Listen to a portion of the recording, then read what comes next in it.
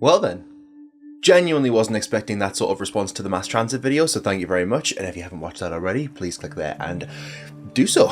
But I wanted some of your guys' input to see what I should do next, and I put a poll up on YouTube, and it turns out you guys want to know about a disappearance story. And I think I have just the ticket, because this story genuinely haunts me to this day.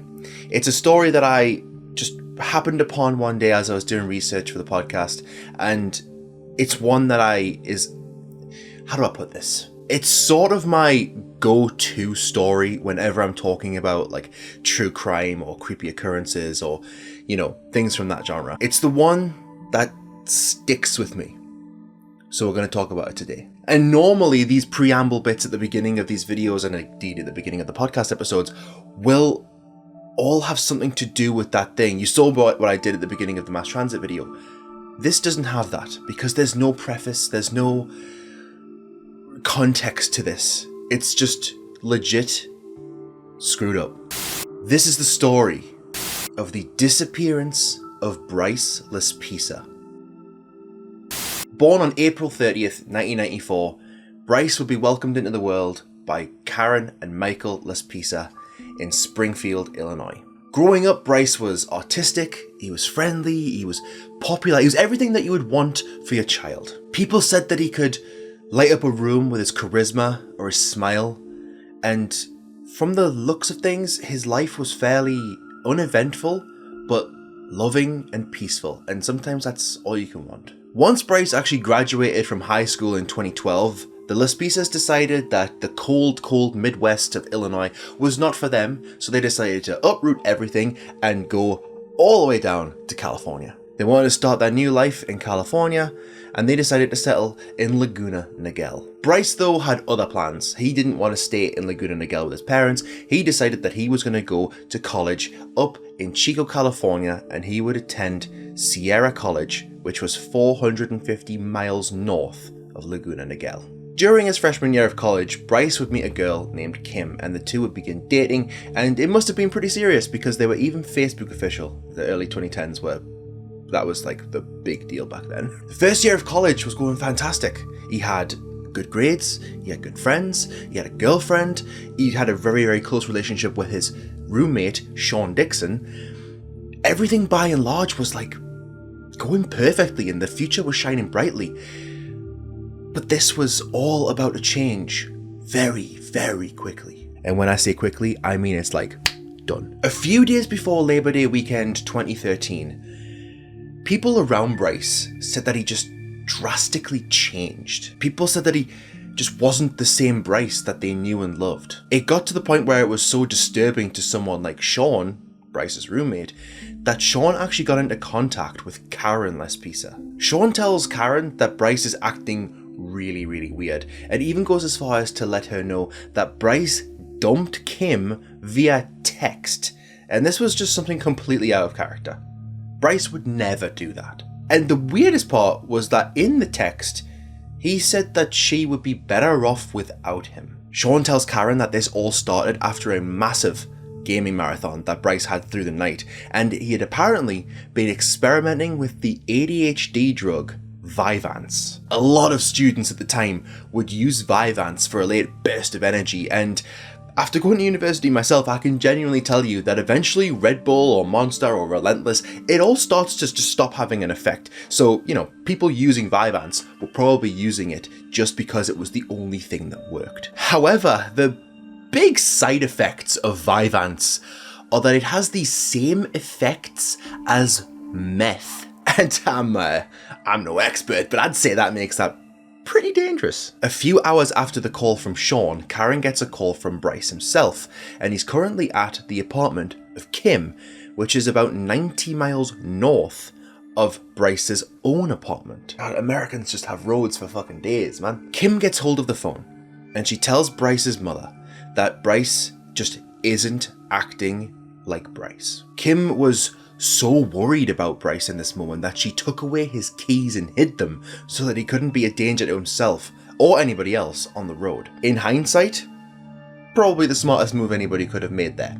Kim was obviously just so worried that she wanted to keep an eye on him, even after he had just dumped her via text. Bryce insisted to his parents though that he was just fine. They kept on asking as well, and he kept on insisting that he was okay. Karen even said that she was going to fly up to see Bryce to make sure that he was okay in person, which was when Bryce said something rather odd. He told his mother not to come and see him until he had spoke to her again, because the two had a lot to talk about.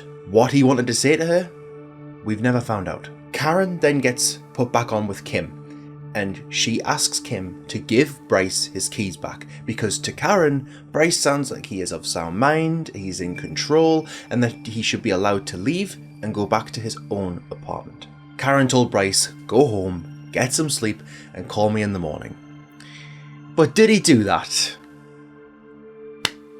This was all happening just before Bryce's sophomore year, or second year. Why you gotta name them like that, America? He had just been home at his parents' house for the summer, and nothing was weird. They had dropped him off back at college 2 weeks prior to this all happening. Which means that something had to happen between them dropping him off and him having this big gaming marathon on Vyvanse. At 1 o'clock in the morning, Karen gets a call from Bryce, and she just sort of assumes that Bryce has made his way home. But that's not the story according to data from cell towers. The cell tower data shows that Bryce was actually about 1 hour south of his own apartment. Bear in mind, he had just been 90 miles north of it at his girlfriend's apartment, which means that he has done some serious driving since getting on the phone with Karen. The data showed he was in the middle of nowhere, and he was actually heading in the direction of the,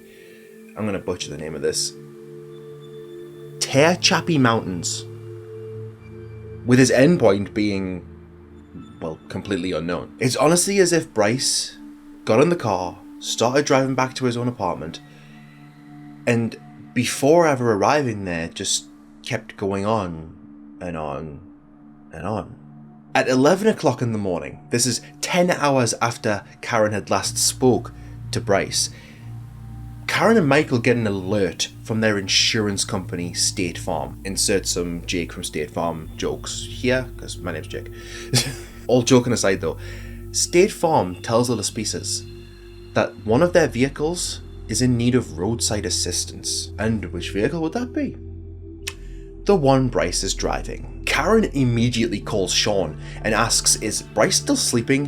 Which is when Sean drops the bomb and says that Bryce never came home last night. At this point, no one has any idea as to the location of Bryce. So Michael and Karen do a very logical thing here. They actually think like normal people rather than people who are missing a son at this point. Michael and Karen actually start looking through credit card statements. That's because they gave Bryce a credit card for when he went to university in case of things like an emergency situation, like a vehicle needing roadside assistance. And as luck would have it, there was a charge on there between 1 a.m.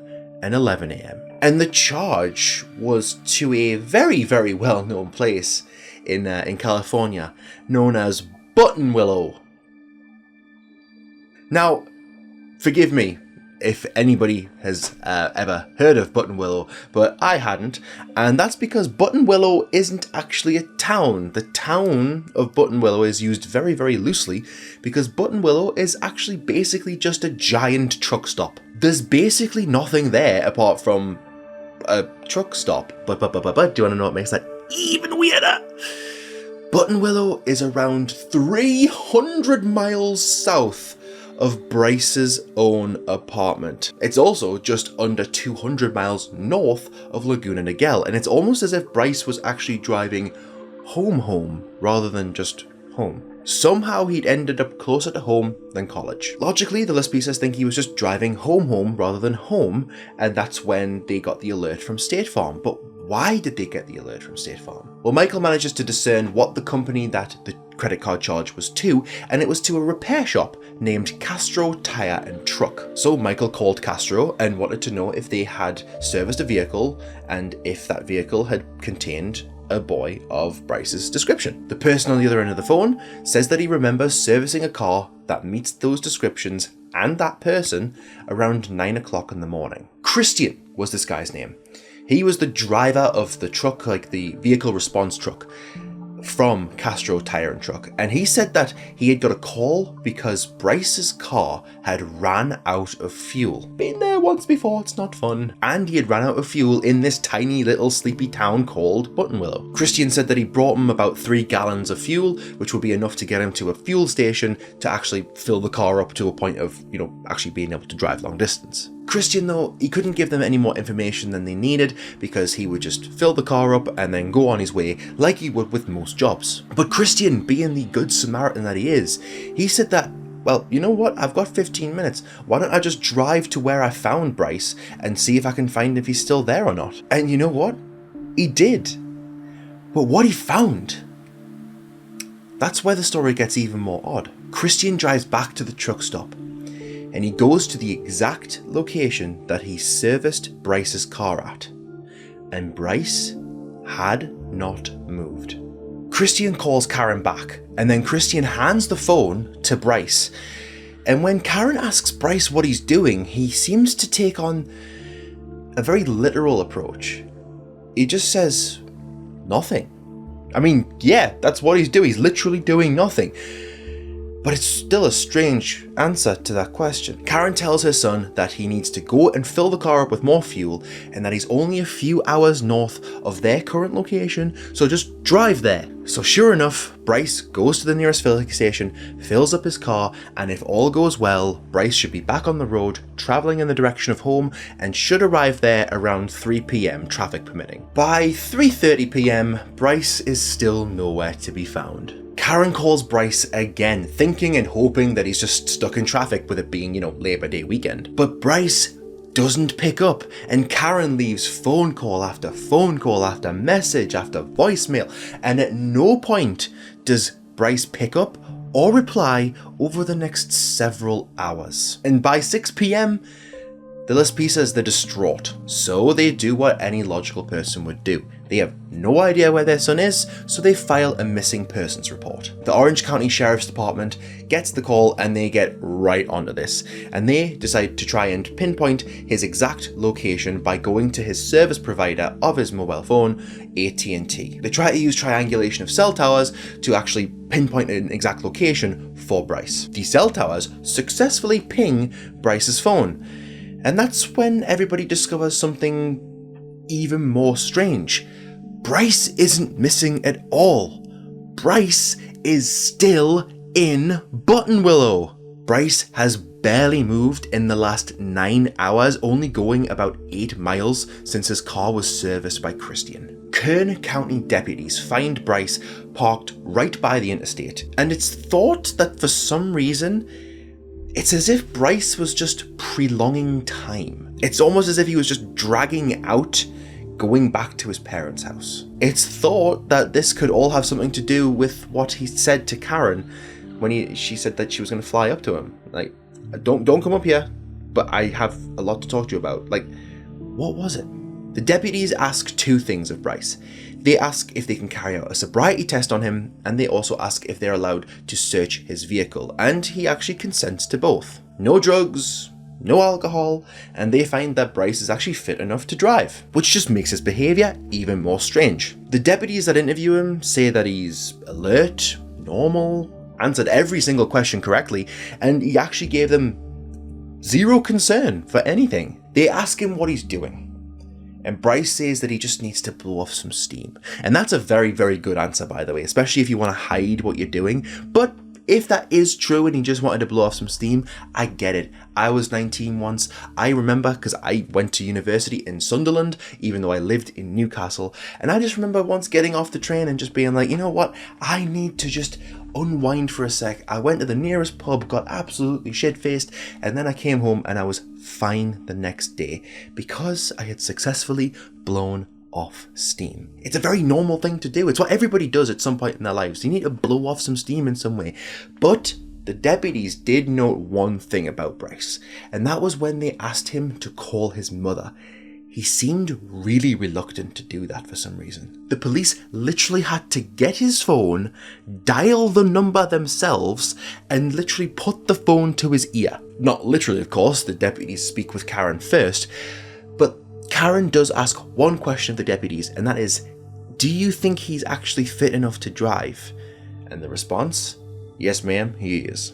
And fine, the Laspicas have been told by actual law enforcement that Bryce is seemingly fine to drive. They found no drugs, they found no alcohol, he is just fine and has no cause for concern. It's just the getting home part. Why won't Bryce drive home? When Bryce and Karen speak, it's as if Karen's walking on eggshells with him. She doesn't want him to explain what the hell's gone on over the last 22 hours. She just wants him to come home. However, she does ask him what he's doing, and yet again, he answers very literally. He says that he's putting everything back in the car after the search that the deputies had carried out. That's very much not what Karen meant. However, Karen understands that this is just a bit of a weird time and they need to get him home, but she also goes into mother mode, tells him to get something to eat because it seems like he's gone a long time without eating, and then to drive home very carefully because now he's going to have to do so in the dark. And with that, the deputies leave, assuming that Bryce is A-OK and he's now finally going to drive south to Laguna Niguel. 1 entire hour goes by when Karen's phone starts to ring. She picks it up and she hears the voice of Christian. Christian was returning a call from Karen that she had made earlier in the day before the deputies found Bryce. And ever the good Samaritan that he still is, Christian says, you know what, I've got some time, I'll go back out there and make sure that he's definitely gone. Karen tells Christian, don't worry about it, he'll be on his way by now, but no, Christian goes anyway. 15 minutes later, Christian calls Karen again. And what did he say? Bryce is right here. Bryce at this point has been hanging around Buttonwillow for absolutely no apparent reason for 13 hours. Christian is also way too concerned at this point to just be like, bro, you need to go home, and then go home himself. Christian says, I'm going to follow you. You get on the interstate and I'm going to drive behind you until I know that you are actually going, and, also going in the right direction, south, not anywhere else. After 30 minutes with Christian riding right behind him, Bryce finally gets onto the freeway and he's heading in the direction of Laguna Niguel. About 10 miles goes by when Christian is finally of peace of mind enough to be like, okay, yeah, he's going now. I'm gonna come off here. Christian pulls off the interstate, calls Karen and says, look, I can see Bryce driving away. We've gone for about 10 miles at this point. I'm going home. Bryce is definitely on his way to you now. I'm going to guess she thanked him profusely for this because, people like Christian are few and far between. Over the next few hours, Bryce, Michael and Karen all keep in regular contact. They make a bunch of calls, but they don't trust Bryce to know exactly where he is on the road because the lighting is very minimal. They tell him instead to describe landmarks that he's passing so that they can sort of keep track of his progress along the way. But the entire time Bryce is being very evasive. He's just sort of placating them with answers like, I can't see anything, it's too dark. Michael's perplexed that Bryce can't see road signs on an interstate, but Bryce did offer the information that his GPS gave him. The GPS said that he should be arriving at the Laspica home in Laguna Niguel at 3:25 a.m. But unfortunately, that's not where the story ends, because at about 2:09 a.m, Bryce calls Karen once again. He tells her that he's just far too tired to drive, he can't keep going, and that he's going to have to pull over to somewhere safe and get some sleep before finally finishing the last chunk of mileage between where he is and Laguna Niguel.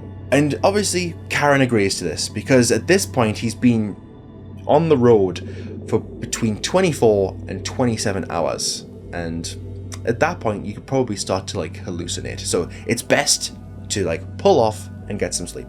The next morning at 8 a.m, this is the sound that the Laspicas most likely heard. Bryce is home. Michael and Karen jump out of bed, they run down to the door, they open it to welcome home Bryce after a hellacious couple of days, but when they throw open the door, it's not Bryce standing there.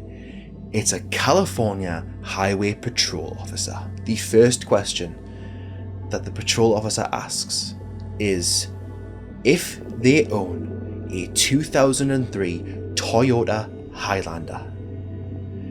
They do. It's Bryce's car. The officer tells them that they've found the car.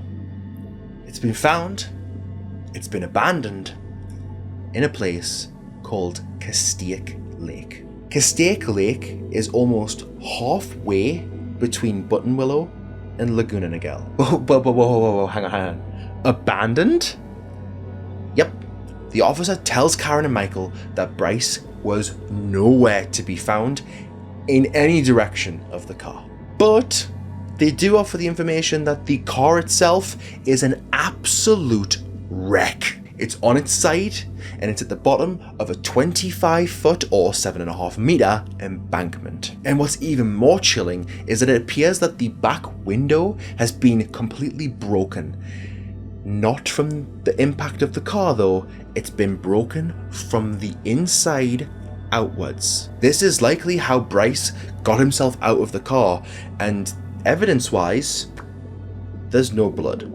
I mean, there's a tiny speck of blood on the passenger seat headrest, and there's a tiny little speck on one of the back seats. It's almost as if Bryce just drove his car off a cliff, broke out of the car, and just walked off. And barring any internal injuries, it seems as though Bryce got away with this relatively unscathed. And Bryce has actually left everything with this car. His phone and his laptop are still in the car, and one of his bags is outside of the car, but it's just left there. It's by the broken window, but it's just there. It's what, for some reason, Bryce drove up a service area for a cell tower. This cell tower is at the top of a very steep and jagged embankment. It wouldn't be a smooth shoot down to the road below. It's covered in rocks. It would appear that Bryce drove his car to be alongside the cell tower and had his car aiming at the actual lake in Castaic Lake. And he then began driving down the hill, pushing his foot onto the accelerator, dislodging all of these rocks in the process. And then he just goes flying off the 25-foot embankment. It looks, from what the police can discern, it looks like the car has hit the ground nose first and then fell onto its side, which was how the car would be found. With everything that was found, the police believe this to be a deliberate act, which leads to a very bleak conclusion that really doesn't bear thinking about. It looks as though Bryce may have been trying to take his own life. Since it was, still dark at the time, while Bryce was back up the hill, back up that embankment, police think that from there, it may have looked like the water was actually closer than it actually was. So it's believed that going through Bryce's mind that if he hits this accelerator hard enough, he'll hit the water. But there was much more of a gap than he originally thought. So the investigators switched their attention to people that Bryce knew. His parents, his friends, his ex-girlfriend. They're just looking for any information as to why Bryce may have done what he did. The investigators are then led to the information of everything that Bryce had done ever since arriving back at college after spending the summer break at his home in Laguna Niguel. They are told that Bryce had been drinking copious amounts of liquor, going as far as to say that he had been drinking around 2 bottles a weekend, and that is significant. Do you guys remember those little glasses that you got from McDonald's? They were shaped like a Coca-Cola can, but they're glasses. So me being me, as a stupid 19-year-old, I thought, you know what, I'm going to fill this entire glass with Talisker whiskey. And I remember sitting there sipping it as I'm playing Dead Island back in the day, and by the time I got to the end of it, I was fucked up. So 2 whole bottles to me is insanity. Kim also told the police that on the night that he broke up with her, he had been drinking, again, copious amounts, and that he'd been on the ADHD drug Vyvanse. It's never good to mix any drug with any alcohol, but to mix that drug with that alcohol seems like a recipe for utter disaster. That is why she took his keys away from him, to stop him from driving, to stop him from being a menace to himself, but ultimately, Karen made her give them back. Bryce's roommate then even revealed a massive detail to the police, and that was that Bryce, in the run-up to the disappearance, started giving away his belongings. He gifted Sean his Xbox, but he also gave him a pair of diamond earrings, which had originally been given to Bryce by Karen as heirlooms. That's something that you don't give away just because. And investigators say that giving your stuff away like that, that's a classic sign of crisis and indicates that someone intends to run away or take their own life. And it looks like Bryce tried both. Authorities theorized that Bryce's substance abuse of alcohol and Vyvanse could have led to some form of psychotic break. Michael and Karen, though, they completely disagree with that. They say that Bryce was just experimenting with drinking and drugs like many teens do. It's kind of taking a kids will be kids attitude with something that's super serious, and they're not admitting to what it actually looks like.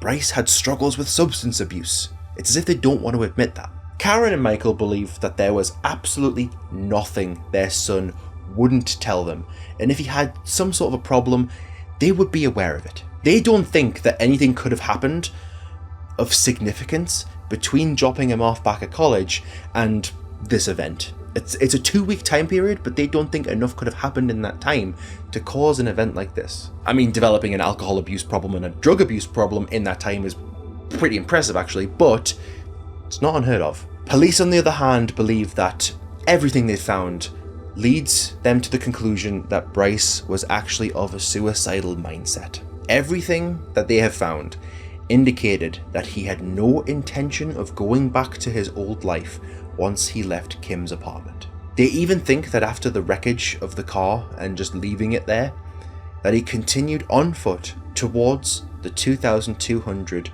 acre lake. On the morning of Bryce's disappearance, hundreds of sheriff deputies began searching the area of Castaic Lake, looking for any sign of Bryce. They were looking on foot, they were using ATVs, they were using helicopters, they used everything at their disposal, but alas, there was no sign of Bryce. Search and rescue teams were also called in, and the search was carried out over the entire Labor Day weekend, but they found nothing. Cadaver dogs were also sent out to try and comb through the area and the shoreline. Again, nothing. Police divers even went into the lake itself, spending countless days and hours trying to find any sign of Bryce. Missing person posters were put up with a $5,000 reward on them.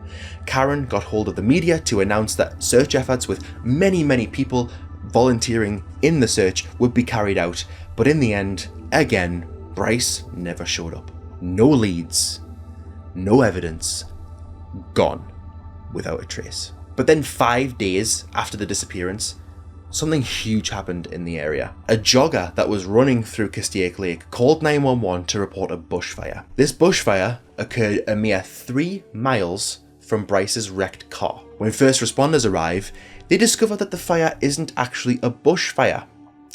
What's on fire is actually a body. Everyone's on edge at this point, and it takes a few days for DNA to come back to confirm that the body that was burning in Castaic Lake was not the body of Bryce Laspica. But this got everybody's hopes up originally. Everyone was like, oh my god, it's him, they found him.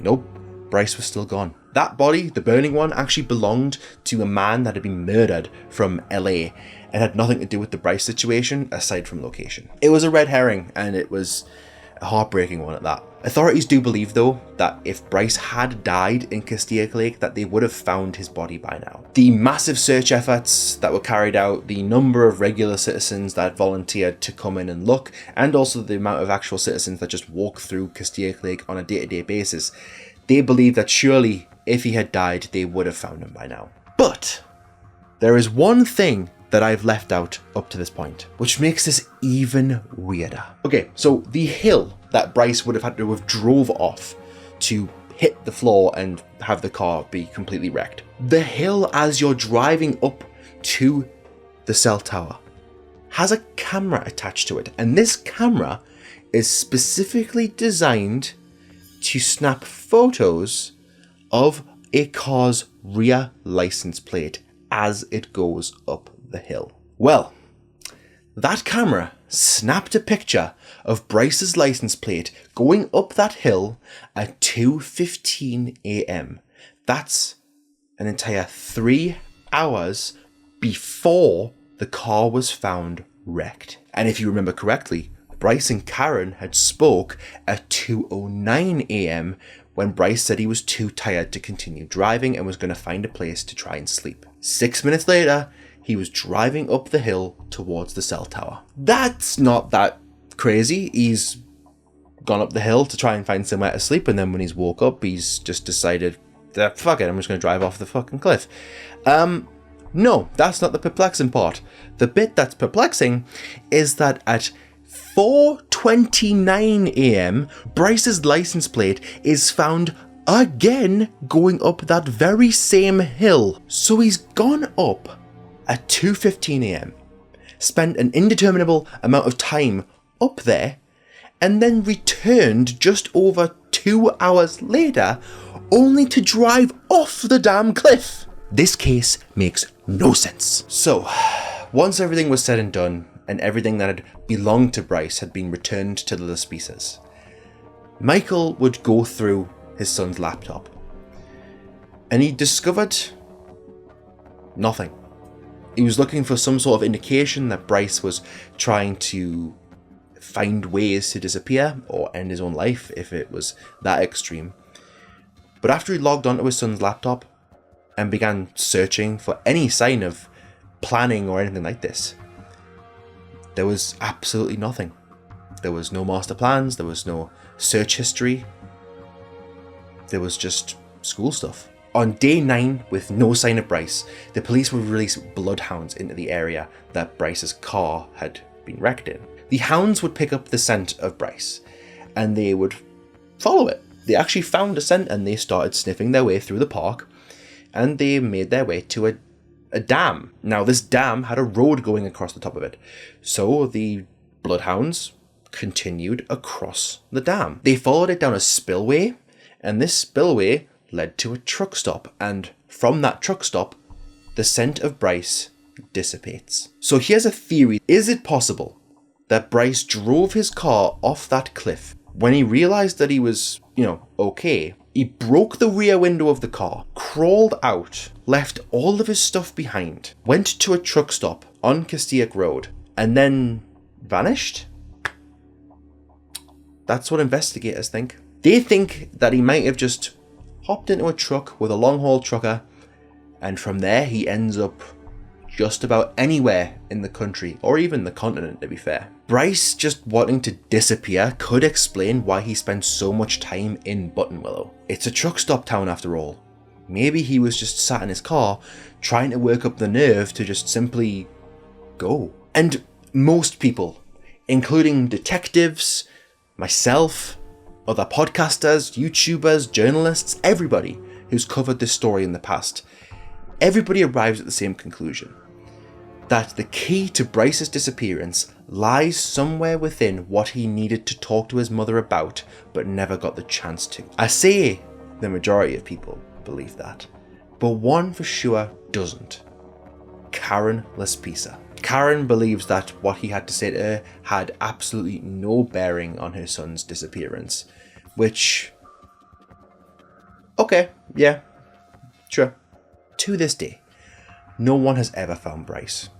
All of his information, his fingerprints, a copy of his passport, everything, it's right there in the US National Missing Persons Database. Nothing has ever been flagged up against his name, meaning that if he is indeed still alive, then he's somehow completely off the grid. None of his passwords for any of his accounts, for his email, social media, or anything like that, have ever been changed, and as far as we're aware, he's never tried to log into any of them and potentially give away a location as to where he could be. Because in spite of everything, it's believed that Bryce is still alive somewhere out there. 2 entire years after Bryce's disappearance, the Laspicas hire sonar experts to try and search sections of the lake in Castaic Lake. And for 2 very long days, the experts search the lake for 12 hours each day. And ultimately they come up empty-handed. After searching areas of the lake that diving teams couldn't. As of right now, the prevailing theory is that Bryce might have had a psychotic break thanks to the combination of alcohol and the ADHD drug Vyvanse. And then there's the potential that once the car got wrecked, he may have hit his head and he may have got a concussion. And it's very possible that Bryce Laspica doesn't know that he is Bryce Laspica. He could be out there right now living his life as someone completely different. He could be living as someone who doesn't remember his life before the age of 19. And there can't be very many people like that, surely. Because with the way Bryce was, especially with his parents, at least according to them, there's no way he wouldn't call. Even if it was just to tell them that he was alright, he would at least give them that. Bryce would be about 29 as of right now. And he had a very distinctive Taurus bull head with Roman numerals tattoo on his left shoulder. Personally, I like to think that Bryce is off somewhere with no idea that he is Bryce. I hope he's living a different life somewhere, and that one day his mind will just reset and all of a sudden everything comes rushing back. All it takes is one trigger and suddenly everything will come back. And there's also the possibility that Bryce is actually deceased. Just a quick interjection here, just because I've just finished editing this video and there's just one more thing I want to point out here. There is the distinct possibility that there was some form of abuse going on here and Bryce just had enough of it and wanted to leave, and he is of complete sound mind and his plan was to either kill himself or run away. And after watching this video back 100 times during the editing process, it does genuinely look like he just tried to kill himself, and after that failed attempt, he just started walking, jumped on a truck and left and never came back. Because the majority of everything we've heard so far is from the parents, and I don't want to be accusatory, but wouldn't it be in their interest to lie about something if there was foul play at play? I don't know. It's just a theory, I guess, but I would be remiss if I didn't add this in at the end. Yeah, so anyway, back to the originally scheduled video ending. But either way, the Laspicas deserve some form of closure, because not knowing, in Karen's words, is worse than death. And that is the story of Bryce Laspica. Guys, this story always brings goosebumps to me. I've just got them right now, actually. This story always brings goosebumps to my fucking flesh, because it's just one of them ones where there is no explanation for it. It's a story stranger than fiction, and there is no possible outcome to this that could possibly be explained in an easy way. Sorry if it's a disappointing ending, but unfortunately we still don't know what happened to Bryce Laspica. But as you have all been doing with the previous video, thank you so much. Please keep watching and liking and subscribing. Honestly, I keep getting emails. I need to turn those off because my inbox is getting full pretty quickly with all the comments and the subscription notifications. So thank you all so much for helping out and just like being awesome. Yeah, I don't know what else to say apart from thank you so much, because this has been a very big surprise and it's sort of accelerated my plans as to what I was going to do with these videos. But yeah, take care of yourselves, and don't forget, the shadows have the best stories.